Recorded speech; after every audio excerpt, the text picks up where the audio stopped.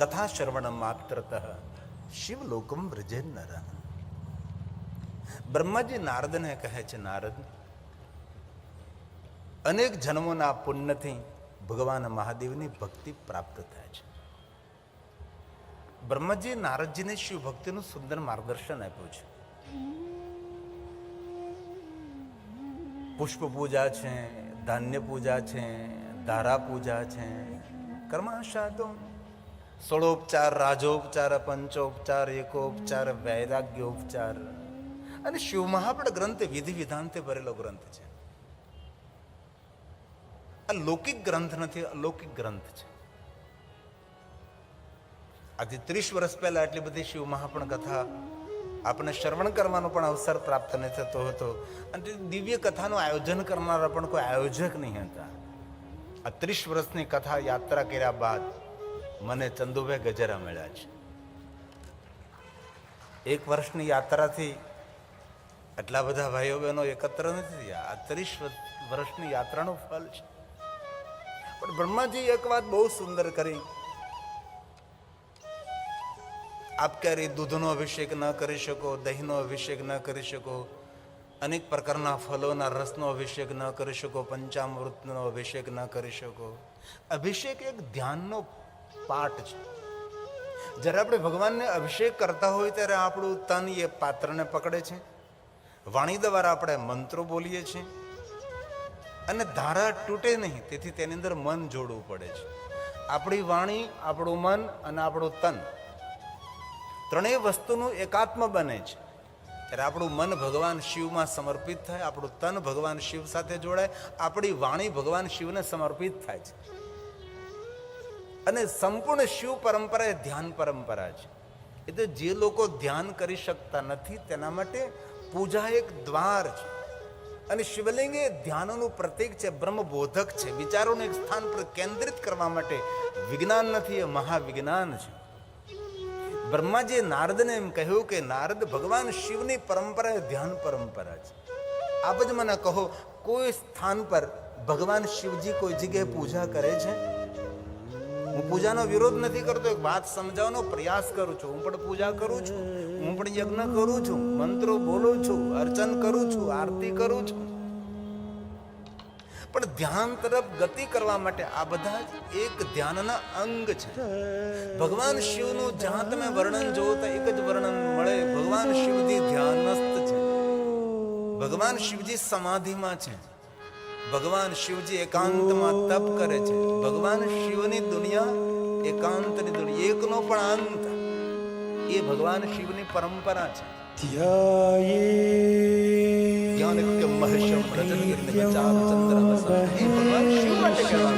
મહાદેવ માટે કહ્યું છે.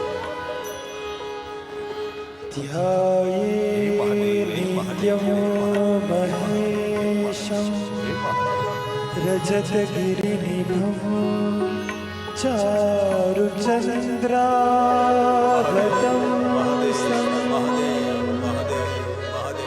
રત્નાકલ્પોજ્વલાગં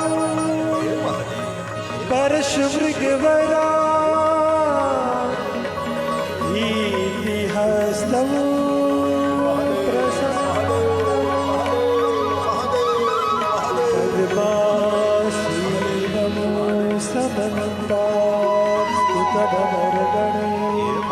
વ્યાઘ્રકૃતિમ વસાદં વિશ્વાદ્યમ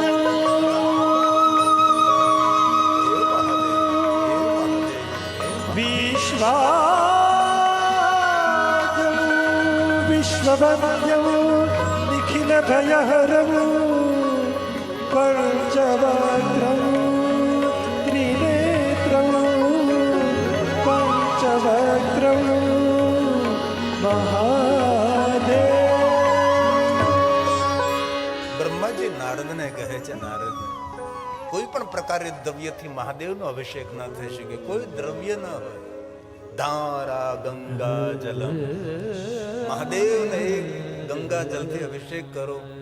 દરેક ધારાના અભિષેક કરવાનો ફલ ભગવાન મહાદેવ અર્પણ કરે છે. અને બીજી વાત યાદ રાખવા જેવી, જે મનુષ્ય ભગવાન મહાદેવના સન્મુખ ગંગાજીને યાદ કરે છે તેના પરિવારમાં પારાવાર પ્રેમ રહે છે. ગંગા એ પ્રેમનું પ્રતીક છે. ભગવાન શિવજી પોતાના મસ્તક પર ગંગાજીને ધારણ કર્યા છે અને સ્વયં શિવ કહે છે કે હે ગંગા, જે કોઈ તારા નામથી મને પુકાર કરતો રહેશે એના પરિવારમાં પારાવાર પ્રેમનું સામ્રાજ્ય સ્થાપિત થશે.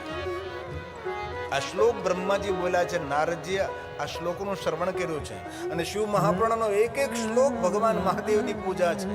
ભગવાન શિવનું અર્ચન છે ને ભગવાન શિવનું દર્શન પણ છે. વિધિ વિધાનથી ભરેલો ગ્રંથ છે. આટલો સરળ ગ્રંથ નથી. તેથી બ્રહ્મા કહે છે, નારદ સાંભળો. ધારા ગંગા જલ હે નારદ, ક્યારે અવસર મળે તો ભગવાન મહાદેવજીને ગંગા જળથી અભિષેક કરો. અને ભગવાન મહાદેવની પૂજામાં ગંગા જલ હોવું બહુ આવશ્યક છે. આમ તો કોઈ પણ પૂજાની અંદર પણ મહાદેવની પૂજામાં તો બહુ આવશ્યક. ભગવાન શિવજીને ચંદન ચડાવો તો પણ ચંદનની અંદર થોડું ગંગાજળ મિશ્રિત કરો. ગંગાજળ યુક્ત ચંદન.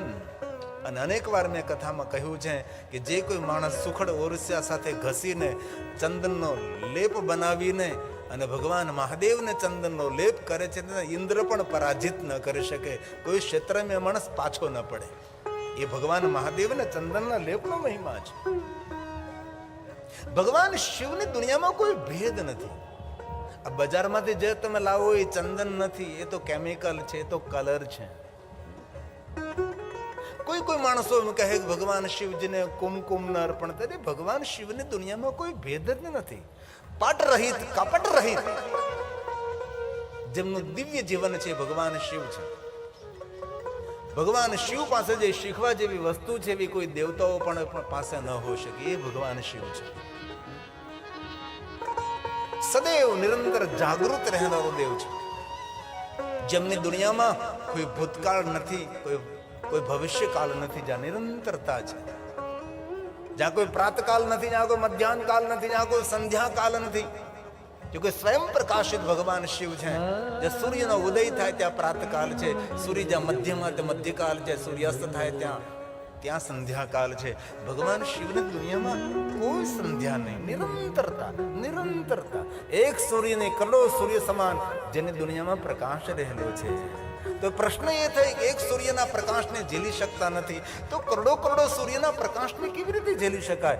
પણ ભગવાન શિવની દુનિયામાં એવો પ્રકાશ પથરાયેલો છે, શીત પ્રકાશ છે. પૃથ્વીથી થોડે ઉપર જાઓ, ઓઝોન વાયુ છે.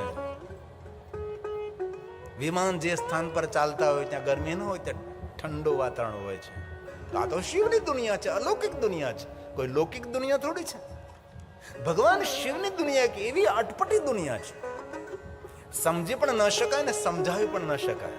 નામતમ દેવા વિજાનંતી, કોઈ દેવતાઓ પણ ન સમજી શકે. ન તવે તદ વર્ણિયામહે, કોઈ તેનું વર્ણન પણ ન કરી શકે. એ શિવની દુનિયા છે. ભેદ રહિત, કપટ રહિત એ ભગવાન મહાદેવની દુનિયા છે. અરે શિવજીને હળદરનો લેપ થાય છે, કુમકુમ ની ક્યાં વાત કરું.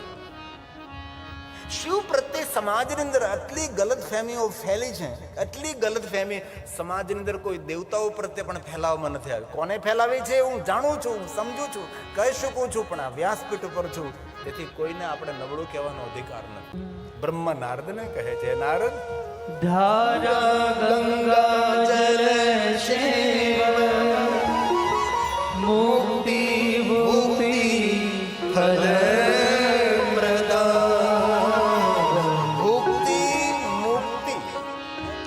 ભક્તિ. ભગવાન શંકરજી ત્રણ વસ્તુ આપે છે. એક તો સંસારમાં ભોગ આપે છે. એ તો ઘણા લોકો પ્રવચનકારો એમ કહે કે ભગવાન મહાદેવની ભક્તિ કરવાથી કાંઈ ન મળે, જેમની પાસે કાંઈ નથી એ શું આપી શકે? આવા પ્રવચનો મેં સાંભળ્યા છે નાની ઉંમરમાં. જેમની પાસે કાંઈ નથી, સ્મશાનમાં રહેનારો દેવતા શું આપી શકે? પણ એમને કહેવું જોઈએ, આ દેવતાઓને બધાને પૂછી આવો. ભવદ ભ્રૂ પ્રણીતામ સુરાસ્તામ તામ્રંતે સુરાસ્તામૃદ્ધિ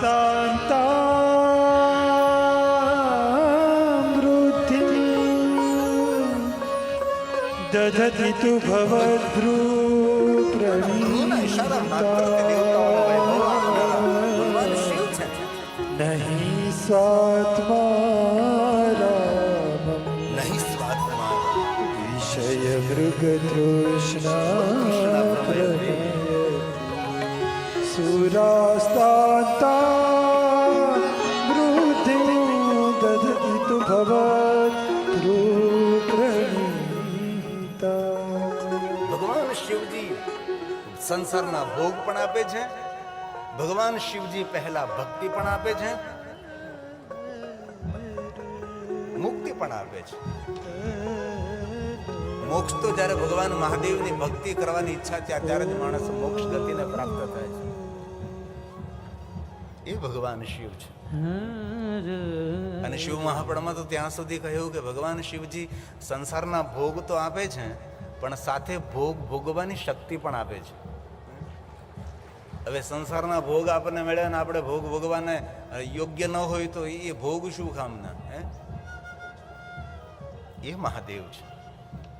તેથી શિવની દુનિયામાં કોઈ ભેદ નથી.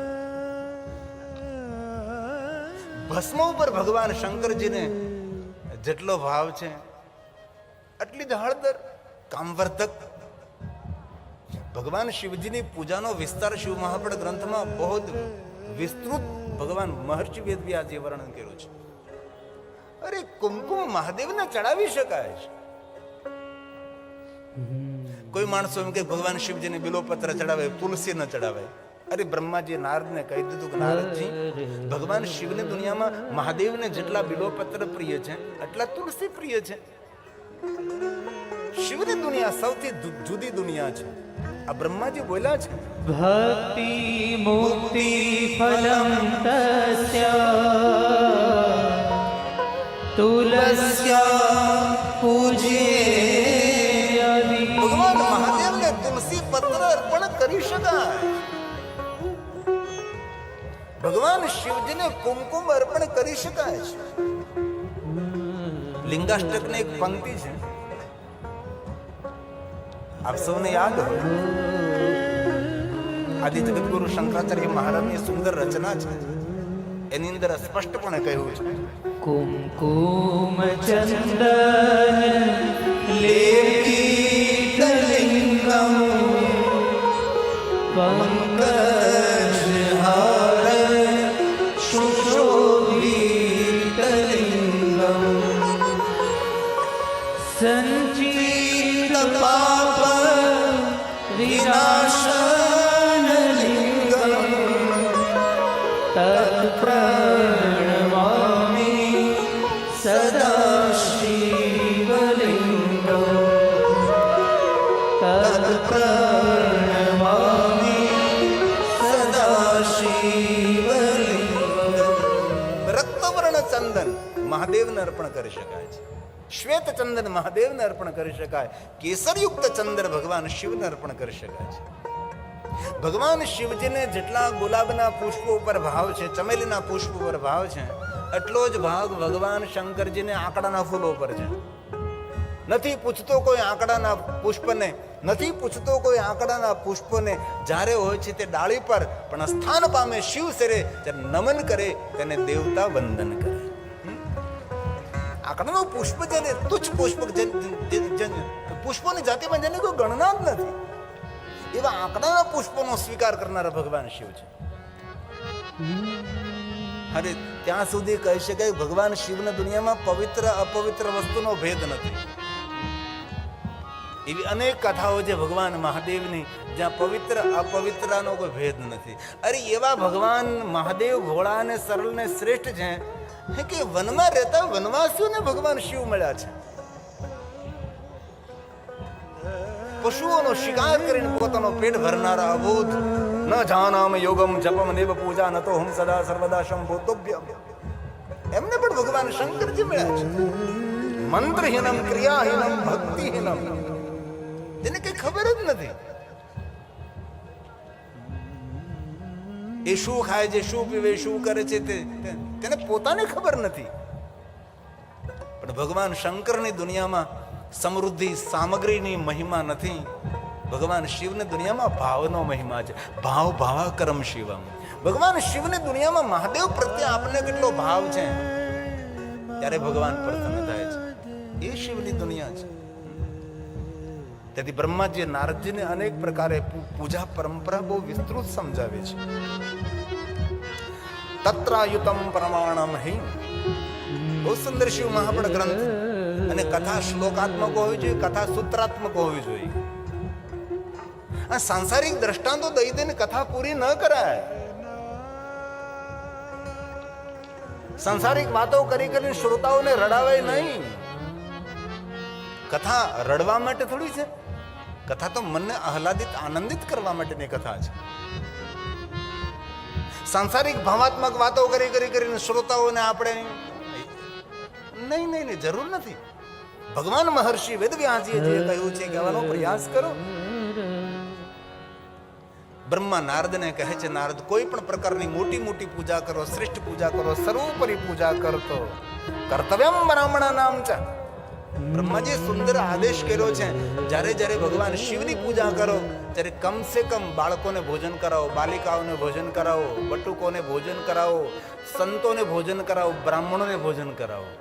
અને આપણા કોઈ પણ સત્કાર્ય હોય, પછી યજ્ઞ હોય, પૂજા હોય, અર્ચન હોય, કથા હોય, એની અંદર ભોજનથી એ વસ્તુ પૂર્ણતાને પ્રાપ્ત થાય છે.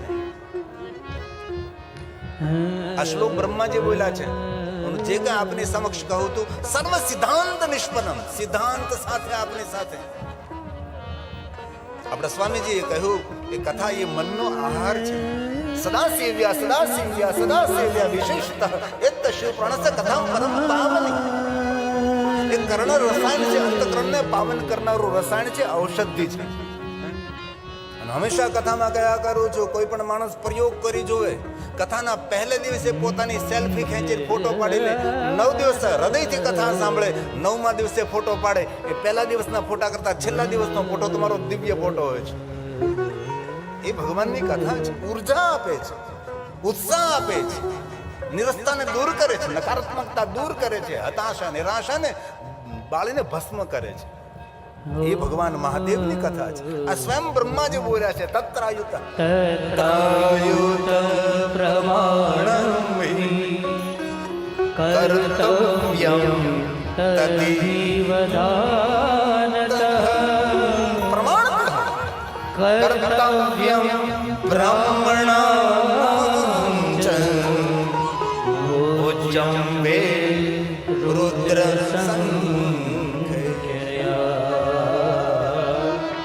ભોજ્યં વે રુદ્ર.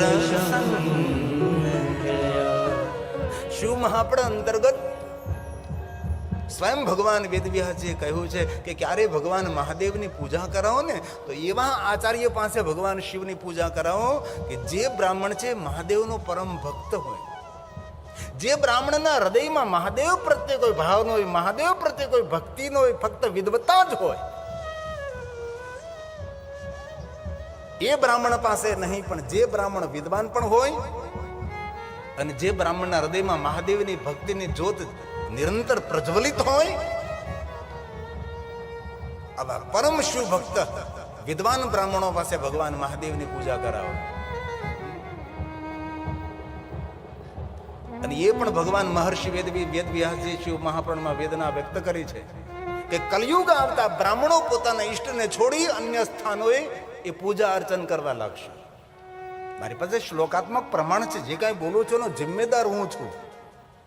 તમે શું સમજો છો એના જિમ્મેદાર તમે છો. કલયુગ આવતા બ્રાહ્મણો પોતાના ઈષ્ટને છોડી દેશે. અને વર્તમાનમાં જોઈ છે એવા અનેક બ્રાહ્મણો છે જે પોતાના ઈષ્ટદેવ મહાદેવને છોડી દીધા છે. શિવથી લોકો દૂર જતા રહ્યા છે. અરે થોડા પાછળ જઈએ, આપણા બ્રાહ્મણો બધા નામની પાછળ શંકર લગાડતા હતા. ગંગા શંકર, જટા શંકર, ગોમતી શંકર, ગૌરી શંકર, ગંગા શંકર.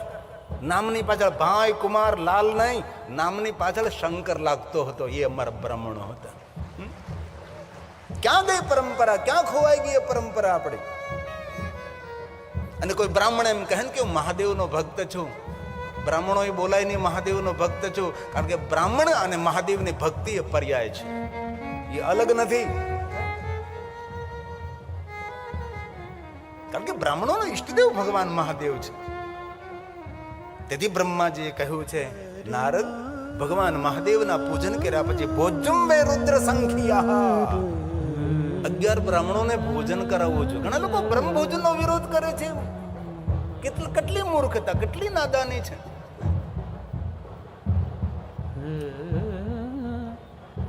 શિવ મહાપડ અંતર્ગત આ બધી વિસ્તૃત વાતો કરે છે. જે આ પ્રમાણે ભગવાન શિવની પૂજા કરે, સર્વ કામ હિતા ભયહમ, એમને જે કામનાઓ હોય ભગવાન શિવજી એમને કામનાઓની પૂર્તિ કરશે. શ્લોકાત્મક વચન આપ્યા છે. એક શ્લોક મહાદેવની પૂજા છે, એક શ્લોક ભગવાન શિવનું અર્ચન છે.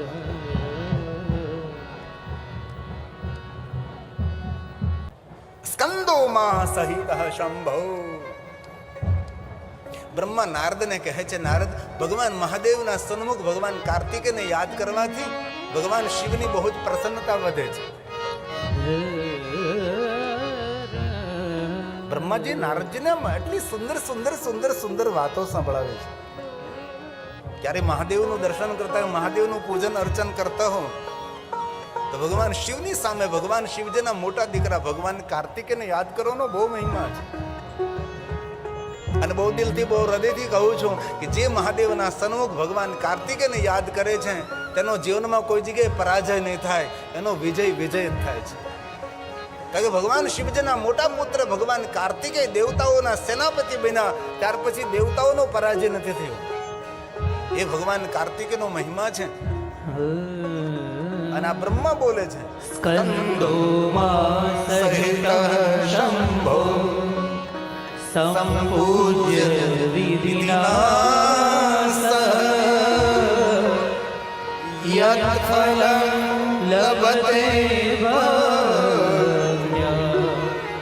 તદવદામિ યથા શ્રુતમ તદવદામિ યથા શ્રુતમ યત ફલમ લભતે. ભગવાન શિવને યાદ કરવાથી, માતા ભવાનીને યાદ કરવાથી, ભગવાન ગણેશજીને યાદ કરવાથી, ભગવાન કાર્તિક, ભગવાન શિવજીના પરિવારનો એક અદ્ભુત મહિમા છે.